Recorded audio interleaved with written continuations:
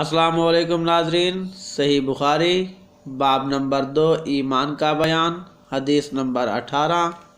حضرت عبادہ بن صامت رضی اللہ تعالی عنہ جو بدر کی لڑائی میں شریک تھے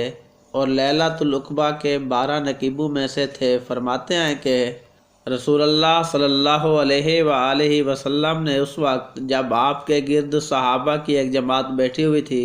فرمایا کہ مجھ سے بیعت کرو اس بات پر کہ اللہ کے ساتھ کسی کو شریک نہ کرو گے، چوری نہ کرو گے، زنا نہ کرو گے، اپنی اولاد کو قتل نہ کرو گے، اور نہ آمدن کسی پر کوئی ناحق بہتان باندھو گے، اور کسی بھی اچھی بات میں اللہ کی نافرمانی نہ کرو گے۔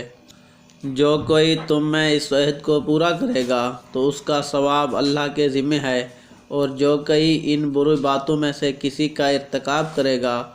اور اسے دنیا میں اسلامی قانون کے تحت سزا دے دی گئی تو یہ سزا اس کے گناہوں کے لیے بدلہ ہو جائے گی، اور جو کوئی ان میں سے کسی بات میں مبتلا ہو گیا اور اللہ نے اس کے گناہ کو چھپا لیا تو پھر اس کا معاملہ اللہ کے حوالے ہے، اگر چاہے معاف کرے اور چاہے سزا دے دے۔ عبادہ کہتے ہیں کہ پھر ہم سب نے ان سب باتوں پر آپ صلی اللہ علیہ وآلہ وسلم سے بیعت کر لی۔